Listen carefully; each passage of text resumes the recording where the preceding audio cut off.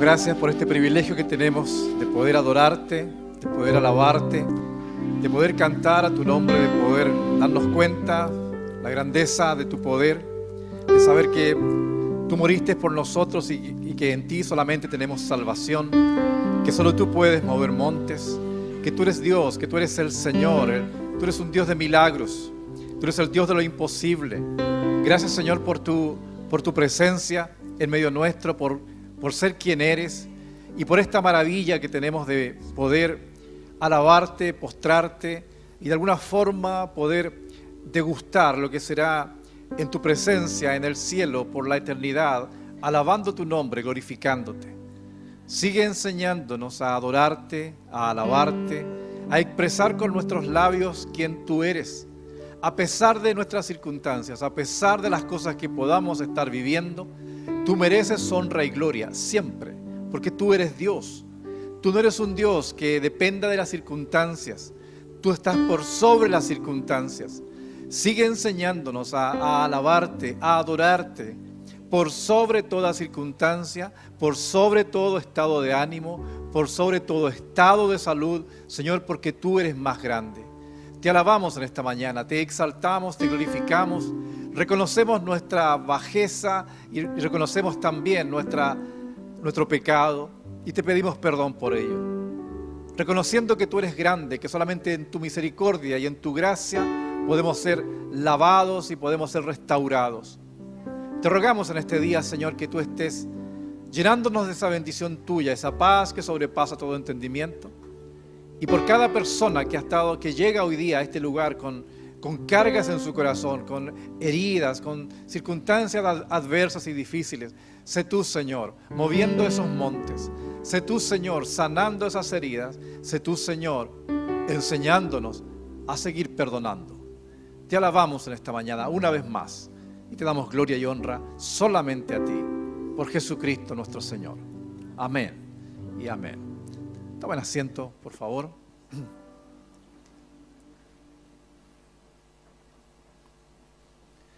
Una de las alabanzas que cantamos hoy decía algo así como: más de ti, menos de mí, y ponía ahí el ejemplo de la semilla que tiene que morir, algo así dice la letra.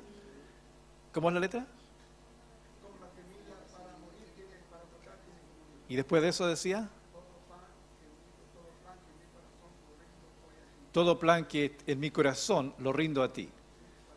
Interesante la metáfora que allí aparecía, es decir, tal como la semilla tiene que morir para dar vida, estamos pidiéndole a Dios más de Él, ¿verdad? Menos de nosotros, pero para ello también tiene que haber una acción de parte nuestra, que es todos los planes que podamos tener, rendirlos, ¿verdad? Porque si estamos pidiendo más de Él, es más de Él, ¿cierto? Es menos de nosotros, de nuestros planes, de nuestros proyectos y tanta cosa. Pues bien, el tema de hoy día tiene relación con ello, porque tiene relación con lo que hablábamos el domingo anterior. El domingo anterior celebramos la resurrección de nuestro Señor Jesucristo. Y en uno de los párrafos que leímos estaba esta palabra que aparece en Juan capítulo 12, versículo 24, palabras del Señor Jesucristo, cuando justamente Él dice esta verdad de la que estamos hablando. De cierto les digo, que si el grano de trigo no cae en tierra y muere, queda solo, pero si muere, lleva mucho fruto.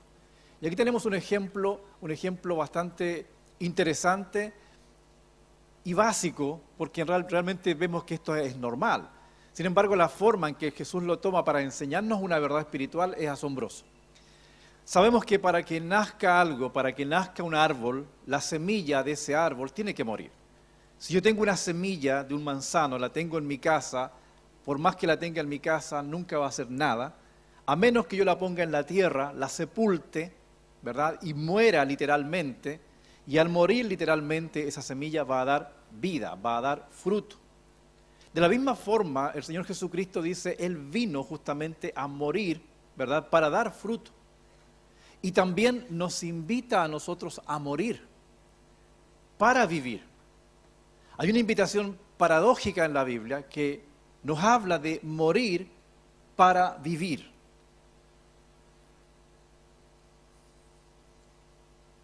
Vamos a ver si funciona esto. No está funcionando.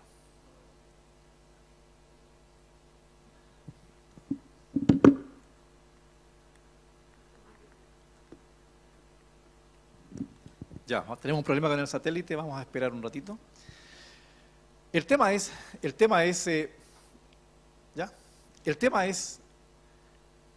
morir para vivir, que es un constante, un tema constante en la Biblia, morir para vivir. Jesús ha dicho allí, ¿verdad? El grano de trigo tiene que morir para que viva.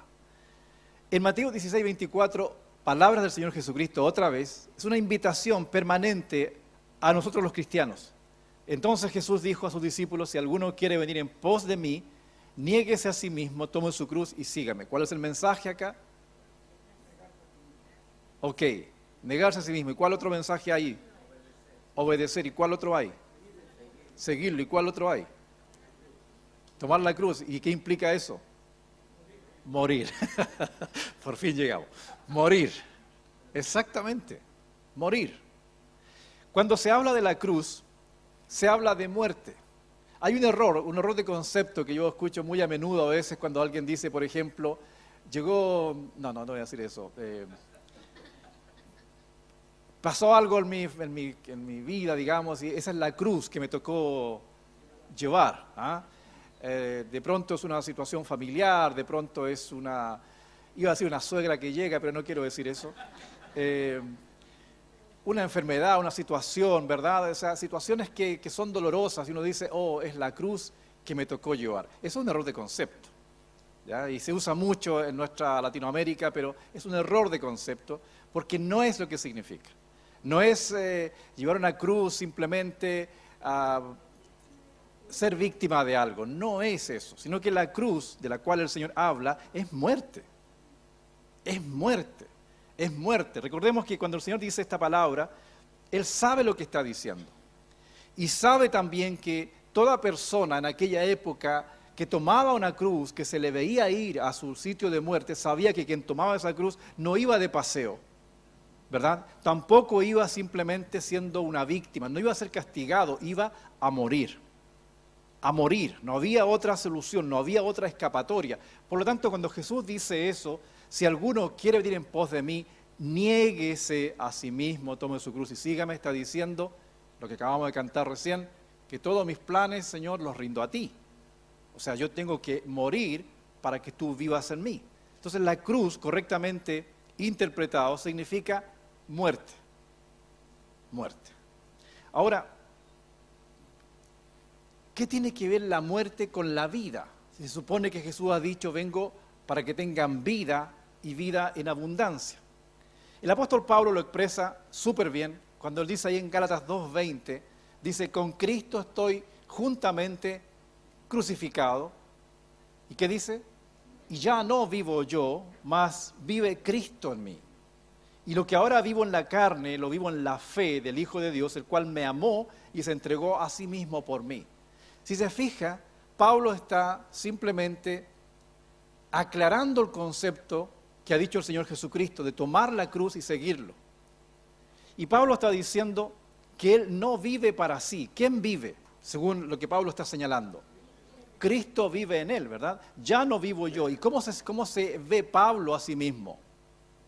Crucificado. Con Cristo estoy juntamente crucificado y ya no vivo yo, mas vive Cristo en mí.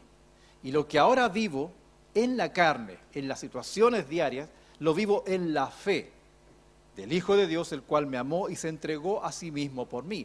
Para Pablo, el tema de la muerte no era un tema que un día aprendió acerca de la cruz y se le olvidó luego. No, para Pablo, el tema de la cruz y el tema del morir era un tema cotidiano. Mire lo que dice acá en 1 Corintios 15:31. Dice Pablo, les aseguro, hermanos, por la gloria que de ustedes tengo en nuestro Señor Jesucristo, que cada día muero. O sea, para Pablo el tema de la muerte, para vivir en el Señor, era un tema diario. O sea, era un tema diario el tema de decir, Señor, estos son mis planes, pero yo los someto a ti. Es interesante, es muy interesante la manera en que Pablo ve y nos explica cómo poder vivir una vida cristiana entendiendo el concepto de la muerte. Ya no vivo yo, cada día muero, dice Pablo, ¿verdad? Ahora, para poder entender esto, quizás tenemos que entender algo de fondo también. En Juan capítulo 1, versículo 12 dice, mas a todos los que le recibieron, a los que creen en su nombre, les dio la potestad de ser hechos hijos de Dios, los cuales no son engendrados de sangre, ni de voluntad de carne, ni de voluntad de varón, sino de Dios. ¿De qué estamos hablando acá? De la salvación. Todos los que estamos acá hemos sido salvos, ¿sí? O sea, tenemos la convicción, tenemos el testimonio de decir, Jesucristo vino un día a mi vida y me dio vida, ¿sí? Ok. Si es así, estamos entendiendo de alguna forma lo que es la salvación, ¿verdad? Mas a todos los que le recibieron, recibimos a Jesús, a los que creen en su nombre, lo hemos hecho por la fe, les da la potestad, el poder, no solo de ser criaturas de Dios, como un día nacimos en esta tierra, sino que ahora somos hijos de Dios, ¿verdad? Los cuales no son engendrados de sangre ni de voluntad de carne, no es un nacimiento humano, sino que es un nacimiento espiritual. Es decir, el Señor nos ha dado vida, hoy día que tenemos salvación. Primera de Corintios 5, segunda de Corintios creo que es esto, dice, de modo que si alguno está en Cristo, nueva criatura es, las cosas viejas pasaron y aquí son todas hechas nuevas. Cuando llegamos al Señor Jesucristo, cuando recibimos la salvación que Él nos da, cuando celebramos el domingo de resurrección, Él venció la muerte, venció a Satanás, nos da salvación, lo que pasa en nosotros es que nace una nueva criatura. Hay una nueva naturaleza en nosotros que coexiste con una vieja naturaleza que tenemos. Entonces, cuando Pablo habla se da cuenta, ¿no? Tenemos una nueva naturaleza que coexiste con una vieja naturaleza. O sea, un cristiano hoy día tenemos dos naturalezas. Entonces comenzamos a entender cuando la palabra dice que tenemos que morir. ¿Qué debe morir? La vieja. ¿Qué debemos crucificar? Naturaleza. ¿Qué tiene que morir en nosotros? La vieja naturaleza. Bien dicho. ¿Qué debemos crucificar en nosotros?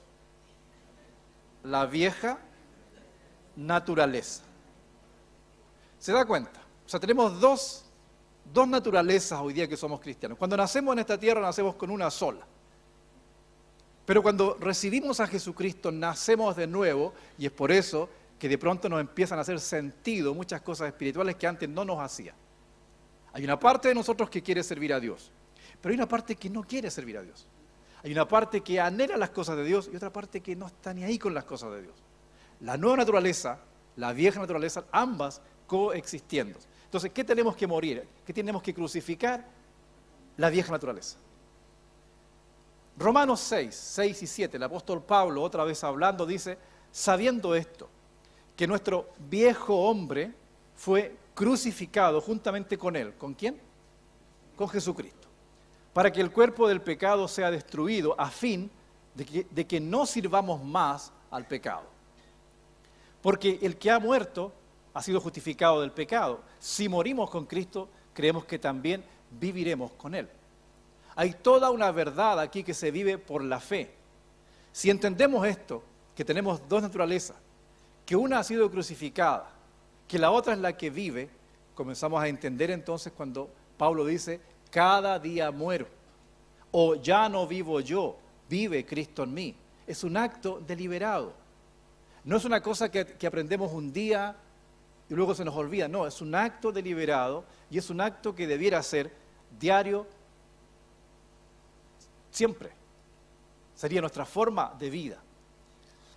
Gálatas 5:24 dice, pero los que son de Cristo han crucificado la carne con sus pasiones y deseos.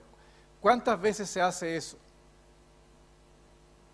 Cuando recibimos al Señor Jesucristo y nada más. Todos los días debiera ser. Yo sé que es un tema que se nos olvida, pero es lo que debiera ser. Cada día muero, dice Pablo. ¿Cuántos días muere Pablo? Cada día. O sea, él tiene conciencia de eso diariamente.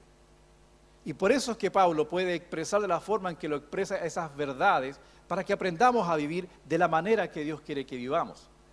En Gálatas 2:20, otra vez, leemos el versículo que ya leímos, con Cristo estoy juntamente crucificado y ya no vivo yo, mas vive Cristo en mí. Ok, ¿quién ya no vive? Pablo. ¿Cómo se ve a sí mismo Pablo? Crucificado, muy bien.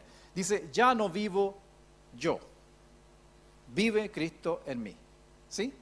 Ya no vivo yo, vive Cristo en mí. Si volvemos al tema que Pablo nos está insistiendo, ¿qué debe morir? ¿La vieja naturaleza? ¿O el viejo hombre, como se llama también? ¿O la carne, como también la Biblia le llama? ¿O el cuerpo del pecado? ¿Qué es lo que es eso? El yo. Por eso Pablo dice acá, ya no vivo yo. Cuando comenzamos a darnos cuenta que ese yo, le llamamos ego ahora, quizás comenzamos a entender un poquito mejor de lo que estamos hablando. El ego, el yo, es el que tiene que morir para que Cristo viva. Ahora, el ego es un tema con el cual todos tenemos problemas. Más, menos, todos tenemos problemas de ego. Tenemos problemas con el yo. ¿Qué es el yo? ¿Qué es el ego?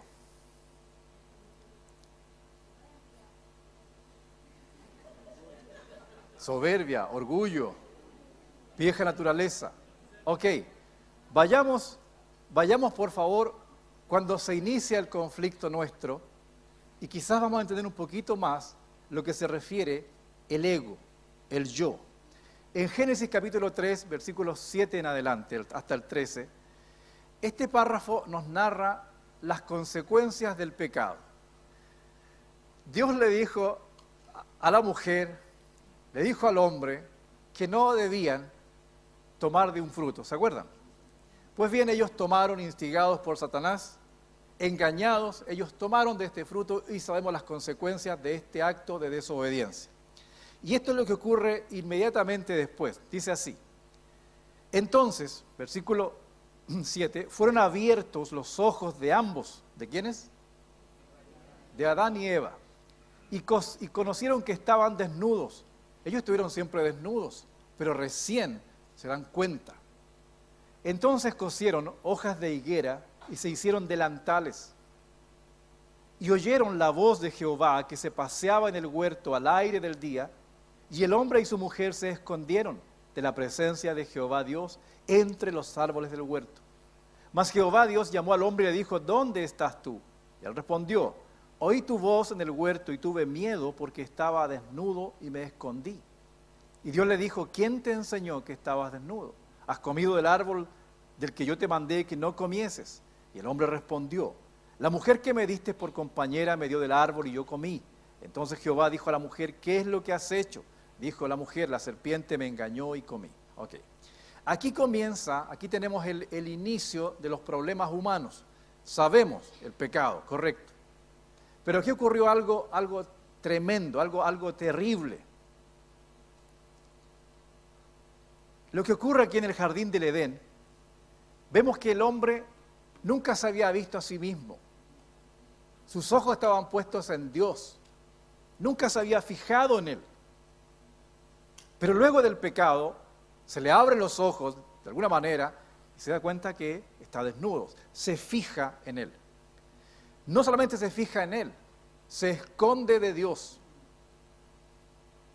No solamente se esconde de Dios, comienza a buscar la justificación de sus actos. ¿Comiste del fruto? Sí, pero no fue culpa mía. ¿De quién fue la culpa? De la mujer. Y tuya, porque tú me la diste. Comienzan los problemas. ¿Cuáles son los problemas que comienzan aquí? El hombre, que era un hombre teocéntrico, teos es Dios, tenía toda su vida, giraba en torno a Dios, era un hombre teocéntrico. Viene el pecado y rompe esa conexión teocéntrica y el hombre se vuelve egocéntrico. Y todos nosotros tenemos el mismo problema, el egocentrismo, porque nacemos bajo esta premisa, que el hombre que fue en un momento teocéntrico, hoy día no tiene relación con Dios. ¿Cuáles fueron las consecuencias de este pecado? El hombre que era teocéntrico, pongámoslo así, estaba conectado con Dios. Es decir, estaba Dios aquí y el hombre estaba conectado a la fuente. Por tanto, todo lo que el hombre hacía, todo lo que el hombre pensaba, todo, estaba de acuerdo a la voluntad de Dios. El hombre era teocéntrico. Pero cuando ocurre el pecado, se provoca la desconexión y este hombre que estaba absolutamente conectado con Dios, ahora está desconectado. Ahora se esconde de Dios, ahora está buscando su propio bienestar. Se da cuenta que está desnudo y dice: lo mejor que puedo hacer es coser unas hojas de parra por ahí para cubrirme. El hombre comienza a verse a sí mismo. Los ojos no están puestos en Dios, están puestos en Él. Comenzó la era del ego. Comenzó el yo a mandar. Antes era Dios, Dios estaba en el centro, Dios estaba centrado, estaba sentado en el trono, por así decirlo, del corazón humano. El hombre no tenía ningún problema. Pero cuando el hombre desobedece, y todos hemos heredado este conflicto, en ese trono ya no está Dios, está el ego. Nosotros estamos sentados allí. Y tenemos entonces un conflicto hoy día. ¿Qué es lo que es la salvación? ¿Por qué Jesucristo viene y muere y nos da vida? Porque lo que busca Dios es recuperar lo que se perdió en el Edén. Pongámoslo así, en Edén estábamos conectados con Dios. El pecado produjo la desconexión de Dios, que es lo que hace la salvación. Por eso es que la salvación no es religión, la salvación es reconexión. Y la salvación nos conecta con Dios. Pero ahora hay algo que tenemos que hacer nosotros para poder hacer que esa conexión funcione. ¿Qué es lo que tenemos que hacer nosotros para que esa conexión funcione hoy día? Morir. Hacer morir la vieja naturaleza. Esa es nuestra labor. Que muera esa vieja naturaleza que lo único que está haciendo es causarnos conflicto, es causarnos problemas y es obnubilar lo que Dios puede hacer en nuestra vida. Es una neblina, no permite que Dios haga realmente lo que quiere hacer. Nuestro gran problema es el ego. Y de ahí provienen todas estas formas que son derivaciones nada más. ¿Qué es lo que es el egoísmo? El yo está en el centro y el yo quiere satisfacer todas las cosas, ¿verdad? Egoísmo. Cuando hablamos de egolatría, culto al yo, es decir, ¿quién está en el centro de todo esto? Somos nosotros. El hombre, nosotros, la vieja naturaleza, todo lo que podamos llamarle. Entonces, ¿podemos estar en Cristo? Claro que podemos estar en Cristo, se nos da salvación. Pero también hay una tarea nuestra de que ese ego muera. Esa es una cosa que tenemos que hacer nosotros. Eso no lo va a hacer Dios, eso lo hacemos nosotros. Y lo hacemos, dice Pablo, todos los días, conscientemente. Me gustaría invitarle a que nos preguntásemos esto. Yo sé que siempre que uno escucha un sermón dice: ojalá lo escuche tal persona o lo demás allá. Pero que lo escuchemos nosotros, yo y ustedes. Porque es un problema que todos tenemos. Más, menos, pero todos tenemos este problema, el ego. Porque somos humanos. Pero si somos cristianos, tenemos que cuestionarnos de qué manera estoy sirviendo a Dios. Porque incluso podemos pensar que podemos servir a Dios con nuestro ego, lo cual es imposible. Es imposible. No se puede. La única forma de poder servir a Dios es que nuestro ego pueda morir. ¿Qué es lo que es el ego? Son todas las experiencias aprendidas, es lo que somos, es lo que pensamos, es lo que sentimos, es lo que hacemos. Ese es nuestro ego. El ego, por ejemplo, para que podamos comprender un poquito más, el ego tiene que ver con la sensibilidad, lo que nos duele, lo que nos afecta, lo que nos molesta, lo que nos irrita.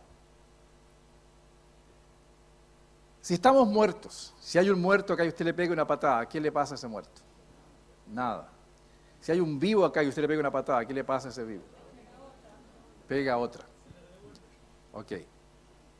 Si usted se fija en la vida de Jesús, dice la palabra que Él no tenía pecado. No había ego. Él solamente buscaba hacer la voluntad de su Padre. Le podían pegar, le podían castigar y decía, perdona a los padres porque no saben lo que hacen. Sin embargo, en nosotros hay algo diferente. Y es que estamos vivos. Entonces hay cosas que nos molestan, hay cosas que nos duelen, hay cosas que... ¿Y qué es lo que busca Dios a través de la salvación? Que muramos. Fácil de decir, difícil de hacer. Pero allí está el asunto de que no se trata de una oración que hacemos. No, es un acto deliberado diariamente. Morir a nuestros planes, morir a nuestros proyectos, morir a lo que nosotros queremos. Cuando hacemos eso, dice la palabra, el Señor comienza a reinar en nosotros. O sea, Él comienza a ser realmente el Rey. Pablo dice, cada día muero, estoy crucificado juntamente con Cristo. Lo que vivo hoy lo vivo en la fe del Hijo de Dios, el cual me amó y se entregó a sí mismo por mí. Es decir, el centro de Pablo es Dios. Y recordemos que Pablo fue un hombre que no servía a Dios, que tuvo conflictos, que tuvo problemas, un hombre como nosotros. ¿Ah? Puede ser. Era un tipo complicado, Pablo. Sin embargo, fue creciendo porque puso esto en su mente. Morir cada día. Entonces nunca es tarde para que nosotros podamos llegar a esa plenitud de que Dios busca. Y es justamente la reconexión que significa la salvación. La sensibilidad tiene que ver con el hecho de... A ver, cuando hablamos de sensibilidad, a ver, ¿qué se le viene a su mente? ¿Cómo? Sensibles, sentimientos. Y para que entendamos bien, cuando por ejemplo alguien dice, no me saludó fulano de tal, ¿qué es lo que está hablando allí?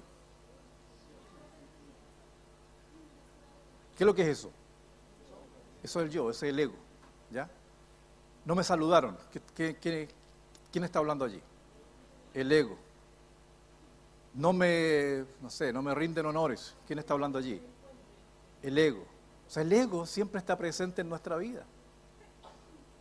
Entonces, cuando uno empieza a investigarse, empieza como a pensar, a ver, todas las cosas que estoy haciendo, ¿cuánto ego hay involucrado allí?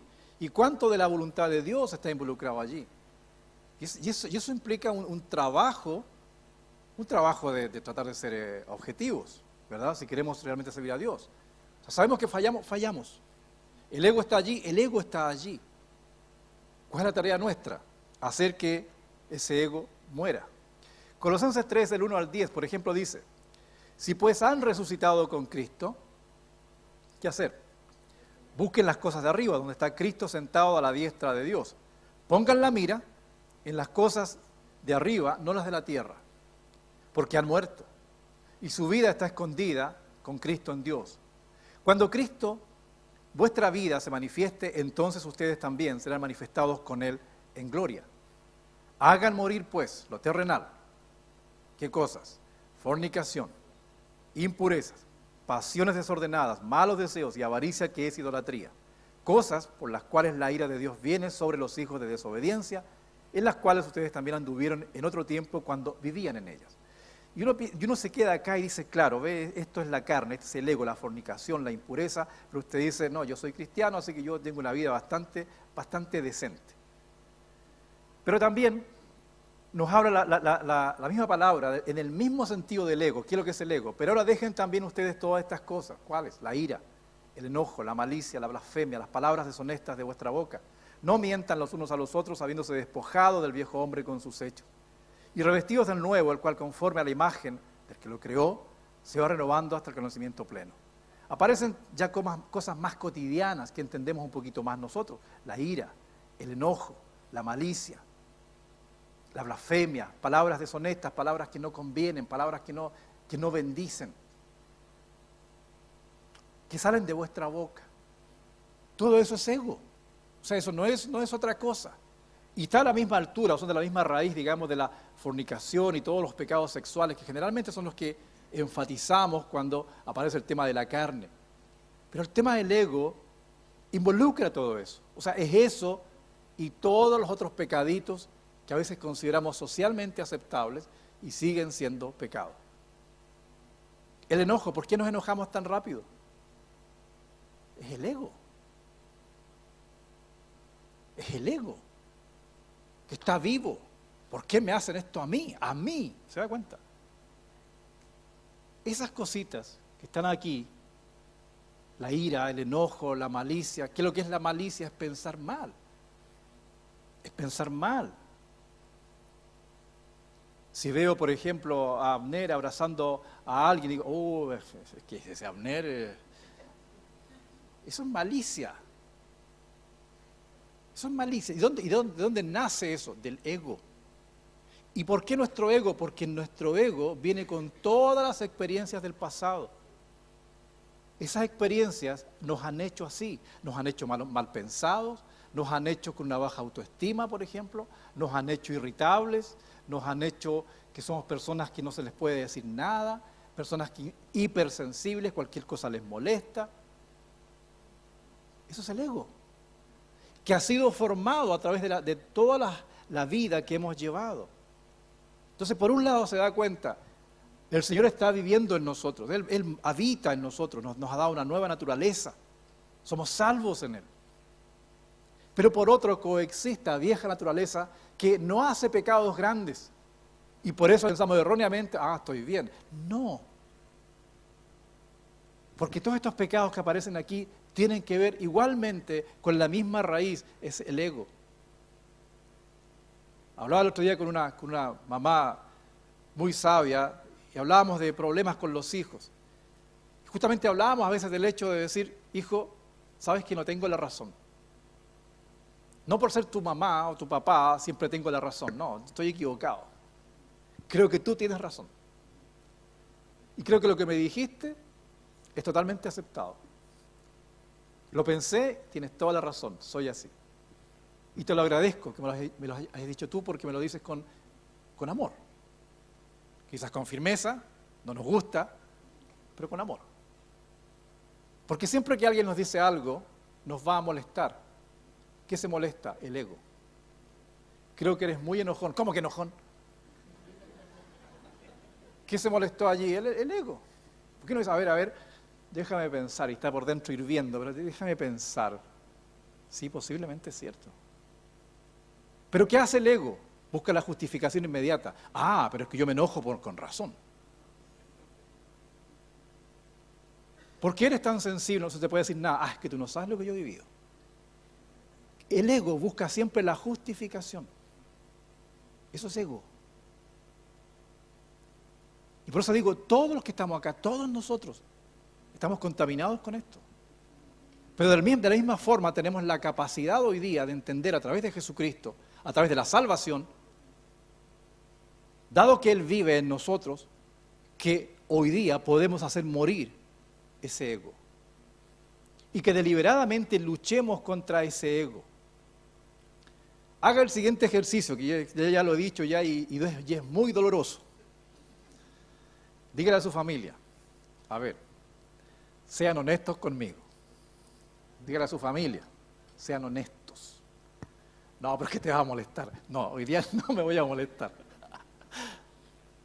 ¿Por qué a veces los hijos no nos quieren decir nada? Porque nos molestamos. Entonces, dígale, hoy día es el día de la libertad. Y prometo no guardárselas tampoco, porque es la otra. La voy a guardar, la voy a anotar. No. Sino que es un acto de muerte, es un funeral. Hoy día es un día de funeral. El yo muere. Aquí yace mi yo. El yo es el que se duele, siempre. El yo es el que busca justificación a todo. O sea, generalmente uno tiene la razón de sentir así. Nadie más tiene la razón, nadie más. Nos sentimos los jueces para juzgar a medio mundo. Pero por favor, que nadie me juzgue a mí, porque nadie sabe lo que yo he vivido.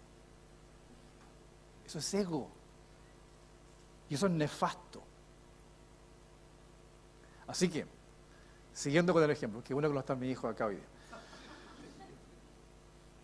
Pregunten en la casa, a ver, díganme honestamente, ¿qué ven en mí?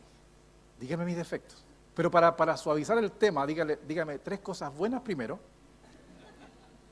porque para que haya un balance, y luego dígame 5 cosas, errores de mi parte, errores de conducta, que puedan ayudarme. Porque ¿sabes lo que ocurre? El ego es miope. Pero tiene un problema, yo no sé cómo se llama cuando uno ve muy bien de lejos, pero muy mal de cerca, no sé cómo se llama eso. Ok, ¿cómo se llame? ¿Cómo se llame? Ya. El ego lo que hace, ve todos los defectos de los demás. Todos. Pero cuando se mira a sí mismo, ¿sabe lo que ocurre? No ve ni uno. ¿Ya? Entonces, por eso digo, todos estamos acá con este tema. Y creo que también todos podemos trabajar en eso. Con honestidad, todos. Cuando digo todos me incluyo, obviamente. O sea, todos. Porque es un tema de raza, es un tema nuestro como seres humanos. Entonces, cuando Pablo dice esto, se dan cuenta, pero ahora dejen también ustedes estas cosas. Yo no saco nada con decirle al Señor, Señor, ayúdame a ser menos iracundo. Ayúdame a ser menos enojón, a no tener malicia, a no blasfemar. No, ¿sabe por qué? Porque eso me corresponde a mí. Ahora dice, dejen también ustedes estas cosas. O sea, es un acto de la voluntad, en donde yo digo, ok, yo voy a morir a mi enojo tan rápido. Voy a morir a mi juzgar con tanta rapidez. Voy a morir a pensar mal inmediatamente de lo que me están contando. Eso es un acto de la voluntad. Esa es la manera de morir. Entonces cuando cantamos, Señor, más de ti, menos de mí, claro, es fantástica esa frase, pero implica un trabajo de nuestra parte, implica el morir. Y ese es el trabajo que hacemos. Hacer morir pues lo terrenal, es un acto nuestro, ¿verdad? Es lo que nosotros hacemos. En Romanos 8, 10, dice, pero si Cristo está en ustedes, el cuerpo en verdad está muerto a causa del pecado, más el Espíritu vive a causa de la justicia. Y si el Espíritu de aquel que levantó de los muertos a Jesús mora en ustedes, el que levantó de los muertos a Cristo Jesús vivificará también sus cuerpos mortales por su Espíritu que mora en ustedes. Así que hermanos, deudores somos, no a la carne, no al ego, no a la vieja naturaleza, para que vivamos conforme a la carne, sino realmente a Dios. Porque si viven conforme a la carne, morirán, mas si por el Espíritu hacen morir las obras de la carne, vivirán. ¿Qué es lo que es la obra de la carne? El ego, el yo. Porque todos los que son guiados por el Espíritu de Dios, estos son hijos de Dios, pues no han recibido el espíritu de esclavitud para estar otra vez en temor, sino que han recibido el espíritu de adopción por el cual clamamos papito. Así que cuando el Señor dice, si alguno quiere venir en pos de mí, niéguese a sí mismo, tome su cruz cada día y sígueme, creo que entendemos un poquito mejor lo que esto significa.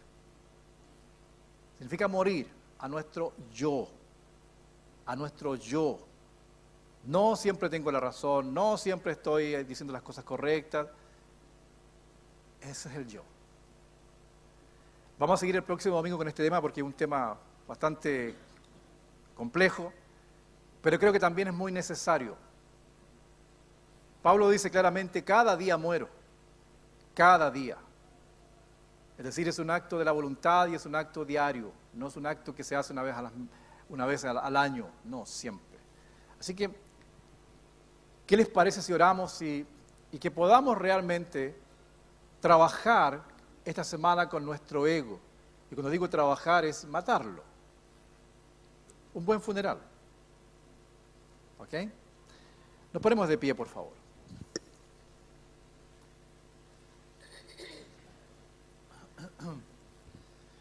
Señor, te damos gracias en este día una vez más por tu palabra y una vez más te pedimos, Señor, que nos ayudes a poder vivirla. Te pedimos perdón, yo te pido perdón por mis faltas, por mis pecados, en esta área, en el área del yo, en el área del ego. Ayúdanos, Padre, a poder no ser miopes en este aspecto, sino realmente ser ser duros con uno mismo.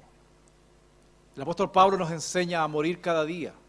El apóstol Pablo nos enseña a tratar duramente el cuerpo, que realmente podamos vivir como tú quieres que lo hagamos. Te rogamos que nos sigas ayudando, te rogamos que nos sigas enseñando, y un día más agradecemos el hecho de la paciencia que tienes con nosotros, porque no te das por vencido. Tú comenzaste un día una obra en nosotros, y a pesar que nosotros tantas veces vamos en contra de lo que tú quieres hacer, tú persistes. Tu amor es más grande, tu persistencia es asombrosa,